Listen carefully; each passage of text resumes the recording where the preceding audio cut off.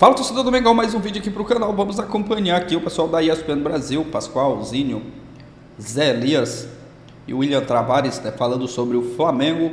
A derrota de ontem, o torcedor ficou chateado, o Flamengo perde a liderança para o Palmeiras. Vamos ver aqui a repercussão, né, um pouco mais da repercussão dessa derrota. Créditos e ESPN, deixa o like para fortalecer, mas agora, bora pro vídeo. O Flamengo ontem foi curtinha, ninguém tinha mais perguntas, achei, nossa, curioso, né? Sempre tem tanta gente, é influencer, é pegar o voo pra voltar, né? Nossa, é tanta gente, né? Os canais oficiais, acabou ontem. 20 jogos, olha só, esse é o Felipe Luiz, tá? Como visitante. O aproveitamento do Felipe Luiz como visitante é sensacional. 75%. Obrigado, isso me ajuda muito. William. Sensacional. Gols marcados 27, 1.35 como visitante, gols sofridos 6, 0.30. A primeira derrota, caiu a invencibilidade como visitante, você vê, a primeira derrota agora. Né? Porque tinha perdido lá pro Córdoba, né? Mas aí tinha perdido em casa, e pro Fluminense também em casa. Então, agora é a primeira derrota. A gente fala muito do Palmeiras, que tem uma campanha impecável como visitante. O Flamengo do Felipe Luiz também como visitante, a campanha é sensacional. Eu só vou jogar um negocinho aqui que eu tô... Prozinho? Tô gostando, prozinho, pro vovozinho também, para continuar esse... Fica à vontade. Um amigo meu aqui chamado Donizete tá falando o seguinte... Donizete. Que incomparável só o Santos de Pelé. Que isso, hein? Não, esse aí é de outro planeta, esse aí, desculpa. Mas também perdia, né? Também perdeu alguns jogos.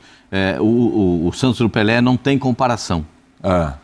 Aí não é assim, não tem como você eleger alguém que algum time que possa. Era um prazer ver aquele time jogar. Era uma alegria ver aquele time jogar. E quando todo mundo encaixava o jogo, eles encaixavam o jogo, era contra o Corinthians. Como eles encaixavam o jogo contra o Corinthians, era uma loucura. Contra o Corinthians, eles encaixavam o jogo com uma facilidade e só pedrada. E contra o Palmeiras e contra o Botafogo, tinha jogo. Tinha. Botafogo e Santos tinha jogo, Santos e Palmeiras tinha jogo, e jogo daqueles assim, bem marcado, bem pegado, às vezes o Santos perdia, como o Flamengo perdeu ontem. A informação passada pelo técnico do Flamengo é absolutamente a realidade do jogo. O Flamengo foi impedido de atuar no meio-campo pela boa atuação do time do Cruzeiro. Parabéns para o Cruzeiro. Eu tinha dito aqui que o Cruzeiro era um monte de nada, e o Cruzeiro já está se transformando. Precisou de chegar um treinador, de tomar umas raquetadas na chegada, entender qual era o movimento do Cruzeiro, saber que tinha que tirar alguns jogadores, porque o time precisava ser mais ágil, mais rápido. Você viu o Vasco da Gama jogar ontem? Vi. O Vasco da Gama foi ágil, foi ligeiro, perdeu uma bola, tomou um gol, acabou o jogo. Porque o Palmeiras é desse jeito. Sim. Então, já muda o perfil. Como mudou o perfil do time do Cruzeiro. Totalmente. E aí a gente tem que elogiar o trabalho do treinador, que está encontrando um time, está botando os caras... O Caio Jorge? O Caio Jorge está com o perfume que a bola gosta. O Pedro ontem eu esperava mais. Eu não lembro, eu falei aqui do Rossi, né? Mas eu não lembro, mesmo nas as poucas derrotas do Flamengo, foi o Córdoba, foi o Fluminense e foi essa agora, né? Pro Cruzeiro, né? Com o Felipe Luiz, né? 17 chutes do Cruzeiro, com 9 defesas do Rossi. É isso. São 16, e 6 chutes do Flamengo, né? São 6. É isso, 6. Né? 16, 6 chutes com 3 defesas. 3 defesas ótimas do Cássio. 17 chutes do Cruzeiro contra 6 do Flamengo. Não só uma vitória, mas é uma vitória impositiva. Ainda mais se a gente levar em consideração o segundo tempo, o que foi o segundo tempo da partida. O que chama a atenção não é só a vitória, que né, já é difícil vencer o Flamengo, mas com imposição. Tem até um mapinha de defesas aqui, né? Mostra aí, o Fabrício, joga aí pra nós que eu vou passar a bola pro Zé. E depois eu quero falar de Gabigol com o Zinho, hein? Porque o Zinho já deu a letra aqui sobre o Gabigol entrando no fim. Eu quero ouvir porque o homem foi personagem do jogo, né? Ou não? Lógico que foi. Olha só esse mapa de defesas aí do Rossi, rapaz. Que loucura. A equipe do Cruzeiro ele já vinha dando sinais de que ele iria jogar num 4-4-2, né? E ontem foi dessa forma, com uma variação um pouquinho do Matheus, que ele ia fechando os dois lados. Às vezes dá a impressão de ser o 4-5-1, como o Pascoal falou, né? E um pouquinho mais o Caio Jorge um pouco mais à frente entre os zagueiros, né? E o Matheus um pouquinho mais do lado, mas ele que voltava um pouquinho mais para poder... O Wanderson e o Matheus iam correndo na sequência. Mas ele já tinha feito isso nos outros jogos. essas duas linhas de 4 bem próximas uma da outra, o Fabrício comandando esse, eu não sei como o Zinho chamava isso assim no Rio de Janeiro, como chamava, mas ioiô, né, ou elástico, muitas vezes dependendo do treinador, cada um tem uma forma de falar que o último zagueiro ele canta, fala, ó, sai, e aí ele vai e volta, entendeu, para enganar muitas vezes o centroavante ou o cara que está com a bola nos pés, tal, ou senão. Então sempre tem, e nós vimos ontem o time do Cruzeiro fazendo esse tipo de situação, mas deixando bem próximos as linhas, e aí ficava difícil o time do Flamengo jogar naqueles espaços ali. Dificuldade do Arrascaeta de encontrar o espaço, tinha dificuldade, por exemplo, o próprio De La Cruz, que jogava sempre de costas, e ele tem essa dificuldade de jogar de costas, porque ele precisava do corredor, né, para correr, porque ele é bom nesse corredor e chegar ao ataque, ele não tinha esse corredor, era difícil, porque o Wanderson fazia um trabalho junto com do outro lado, era o que veio do Atlético, o Christian. Né? Então, eles fechavam os lados e aí deixavam o lado oposto sozinho, né? Porque até virar eles conseguiam fazer esse balanço e ficava praticamente ali com o Matheus para pegar essa bola e acionar o Caio Jorge, e o Caio Jorge partindo para cima da equipe do Flamengo. E aí encontrar os espaços para jogar. Eu só queria ressaltar duas coisas assim, e aí ninguém vai, eu acho que o BAP já fez isso, mas publicamente, né, falando, eu ia até fazer essa pergunta para o Zinho, que está lá no Rio de Janeiro, acho que até sente mais as conversas com os amigos e tal, porque eu acho que o Flamengo já está dando deu 2 demonstrações claríssimas de que o Campeonato Brasileiro é o foco principal. Sim. Muito dentro das declarações do BAP, dizendo tecnicamente, financeiramente, todas essas coisas. Do BAP, do Boto e do Felipe Luiz. O que vale, os 3 já tocaram nesse né? assunto. Em relação às escalações, né? Inclusive a escalação principal, sendo que o jogo quarta-feira é o jogo chave da equipe do Flamengo. E uma outra coisa que eu gostaria de colocar, eu não gosto de fazer isso, mas tem que colocar. O Cebolinha, ele joga 2, na terceira ele se machuca. Ele joga 3, na terceira ele se machuca. Precisa ver o que está acontecendo, se depois da volta dele, a questão do tendão de Aquiles. Assim, ele é um jogador importante para o Flamengo quando ele está em boas condições, porque ele tem velocidade, dribles curtos e boa finalização. Não sei qual é o tipo de lesão que tem ou não, mas precisavam fazer um trabalho, não sei se é um trabalho mais específico, ou, como diria, na época que eu jogava, né? Precisa ver aí, né, Pascoal, quando eles falam assim, precisa ver se não tem um foco dentário aí, né? Isso, porque foco antigamente dentário. o pessoal brincava de foco dentário, mas vou dar só um exemplo. O Seedorf, quando jogava na Inter, tinha muitos problemas físicos, especialmente musculares, tinha muitos problemas físicos. Aí ele foi para o Milan. No Milan fizeram um check-up geral e foi diagnosticado algum probleminha realmente no dente.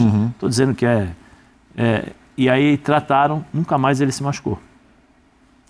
O que eu quero dizer é o seguinte, para ter um cuidado a mais com esse jogador, ter um cuidado a mais, por exemplo, com o Pedro, como o próprio Zinho falou, saiu desgastado, você vai jogar quarta-feira, é um jogo difícil, é um jogo em que todo mundo quer jogar contra o Flamengo.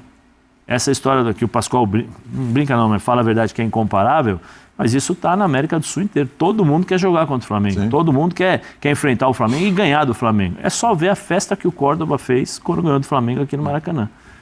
Então, assim, até que ponto vai essa questão da prioridade no Campeonato Brasileiro? Porque, na realidade, assim, eu até te falei, você falou do BAP, o Boto falou sobre isso, lá atrás, próximo de quando tinha chegado ali, e o Felipe também, mostrando que tinha até um caminho ali, estava todo mundo falando a mesma língua. Mas, gente, a diferença não é tão grande assim. Mas quando o Felipe Luiz Pascoal, foi numa coletiva... Opções, não é nem questão do posicionamento, né? Estou falando das opções, porque, por exemplo, no jogo contra o Córdoba, ele também tira 3 jogadores fundamentais para o Flamengo. Porque assim, a gente está falando de um time incomparável, mas você tem 2 jogadores que, se você tirar, não tem jogador para fazer as funções que eles fazem. Gerson e Arrascaeta. Exatamente. Se você tira esses 2 jogadores do Flamengo, eles não têm jogador que são características, né, que o Flamengo Eu coloco o Pedro nessa caixa aí também, nesse pacote aí também. Eu acho que o Flamengo tem condições de fazer essa mescla, vamos dizer assim. Sim. Mas as escolhas do Felipe estão sendo muito bem direcionadas para o Campeonato Brasileiro. Ele questionado sobre isso recentemente, falou, não, por causa da derrota na Libertadores, foi no pós da derrota da Libertadores, falou, não, a gente está focado também na Libertadores e tal, mas as escolhas e o discurso um pouco lá atrás levam a crer que é o brasileiro. O programa está mais curtinho hoje, é pequeno, mas é de coração, hein? Então eu queria só passar pelo Gabigol, que eu quero ouvir o Zinho sobre isso. Tem uma telinha aí do Gabigol, é isso, meu querido Fabrício? Vamos lá? Tem uma telinha aí, parece com ações do Gabigol na partida, porque aí a gente tem que falar dele, porque o homem jogou no Flamengo, saiu de lá, foi pro Cruzeiro, não estava brilhando. Ações da partida? No curto espaço de tempo. Olha lá. Olha aí, ó. Números do Gabigol contra o Flamengo. Ó. Ações com bola, 7. Passes completos, 3. 3 finalizações. Tem o pênalti e o rebote do pênalti já são 2, né? São 2. E o gol marcado. Agora, o Zinho,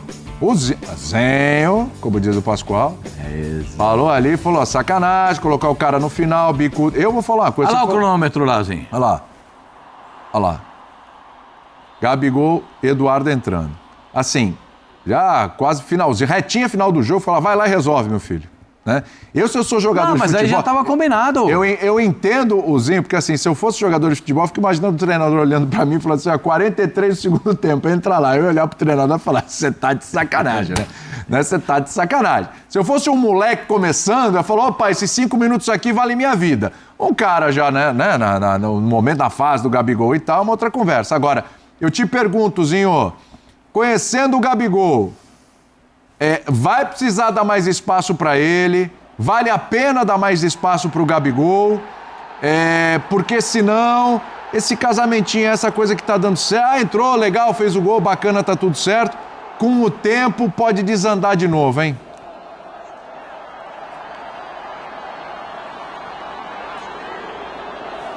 Aí, Zinho, nosso áudio. Aí, meu garoto, boa. Então, quando o futebol é muito simples, né? Quem ganha tem sempre razão. Quando a bola entra, gol, apesar que ele perde o pênalti, aí o Rossi pega, ele vai rápido no rebote, né? Bem atento, faz o gol. Muitos problemas são resolvidos. Eu já fui campeão em time que tinha brigas, tinha problemas, tinha discussão, mas tudo era meio encoberto porque os resultados aconteciam, as vitórias vinham.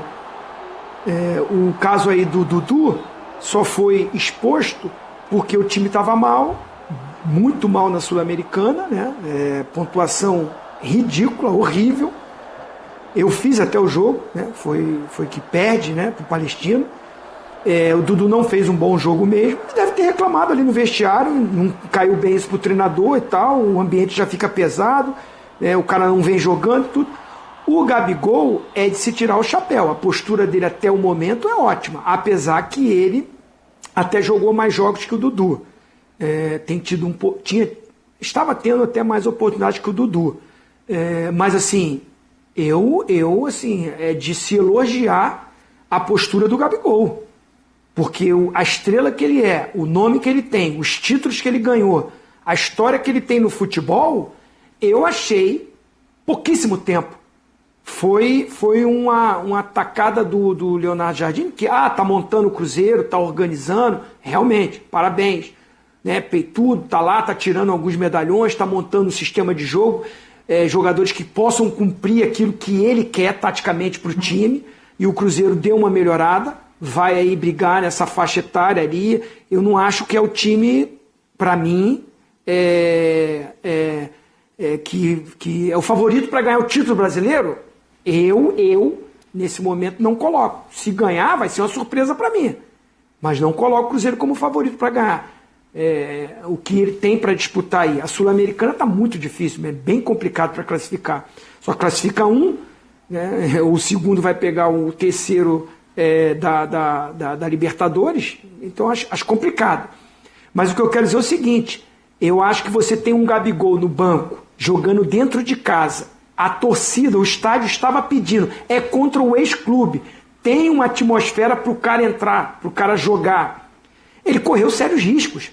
Gente, são as histórias de futebol que vai ficar para sempre, esse jogo vai ficar com essa história para sempre. vai marcar e a repercussão é enorme. Por quê? Porque é o Gabigol contra o Flamengo. Mas eu discordo do momento que o Gabigol entrou. É isso, nação. Flamengo, que agora já vira sua chave, se prepare para a partida contra o Central Córdoba. Essa partida aqui é fora de casa. É uma partida muito importante. O Flamengo tem que se recuperar na Libertadores. O Central, né, que venceu o Flamengo no Maracanã. E agora o Flamengo vai em busca da vitória, mas jogando fora de casa. Uma partida muito importante, né? O Flamengo vencendo pode se colocar numa posição muito boa na Libertadores. Caso tropece, pode se complicar também, né? Assim como pode vencer, se tropeçar pode acabar se complicando. Mas eu acredito sim que dá para o Flamengo buscar a vitória. Ontem, infelizmente, o time não conseguiu a vitória. Perdeu ainda com a lei do ex, né? Gabigol marcando o gol da virada, mas é virar a chave e já focar na Libertadores, né? Não tem tempo para ficar lamentando. O Flamengo vai ter tempo para se recuperar no Brasileiro e eu acredito que vai sim, né, conquistar muitas coisas nessa temporada. Tem tudo para ser, né, um ano vitorioso do Flamengo. Vamos aguardar as próximas partidas. Uma notícia aqui sobre o Jorginho, né? Jorginho, que a informação é da Joana de Assis. Jorginho assina pré-contrato com o Flamengo, diz Joana de Assis. De acordo com a apresentadora, meio-campista fechou com o clube por 3 anos. O Flamengo terá um importante reforço a partir da disputa da Copa do Mundo de Clubes, que começa no dia 14 de junho nos Estados Unidos. O volante Jorginho deixará o Arsenal para assinar com o rubro-negro, segundo informação da apresentadora Joana de Assis, né, do Taon, no Taon do Sport TV. Ela deu essa informação. Segundo a Joana de Assis, né, já foi feita aí a assinatura de um pré-contrato, um compromisso de 3 anos de Jorginho com o Flamengo. De acordo com o apresentador, Jorginho terá alguns dias de descanso depois de casar e no dia 2 de junho, mas ele chegará ao novo clube, ao Flamengo, né, para disputar o Super Mundial que vai acontecer em junho lá nos Estados Unidos. Ele que sofreu uma lesão no tórax no empate do Arsenal contra o Brentford no dia 12 de abril. Mas o volante deve voltar a jogar nesta semana. Segundo a apuração da TV inglesa BBC, o atleta sofreu uma perfuração no pulmão. Tá, informação importante, né, da Joana de Assis do Sport TV, falando sobre o Jorginho, que ele assinou já um pré-contrato e vai ser reforço do Mengão, né? Assinando aí por 3 temporadas. Outro nome que ganha força no Flamengo é João Félix, que está atualmente no Milan lá da Itália. E o Flamengo está de olho no João Félix, né? Informação também do VD Casagrande de que o Flamengo pode fazer aí uma investida, né, para contratar o João Félix. Antes do João Félix, o Flamengo procurou os representantes de João Félix, né, para sondar a possibilidade de contar com o jogador por empréstimo com opção de compra. Enquanto isso, o Benfica também fez contato e quer contar com o jogador a próxima janela de transferências. Quem tem preferência a equipe portuguesa pode acabar fechando com o atacante que tem preferência por permanecer no futebol europeu e ainda conseguiram a contratação conseguiram a contratação do zagueiro do Flamengo, que não faz parte dos planos e já avisou que não renovará seu contrato, que expira até dezembro. É aguardar, né, as próximas informações. Aqui, segundo informações, a consulta foi feita de forma discreta, não chegou a envolver valores ou tratativas avançadas, conforme noticiado. Foi uma abordagem para entender o cenário do atleta. É aguardar. João Félix é um baita jogador, acho que aqui no Brasil ele jogava em qualquer time. Mas é isso, deixa a sua opinião aqui abaixo, like, valeu e até a próxima, galera.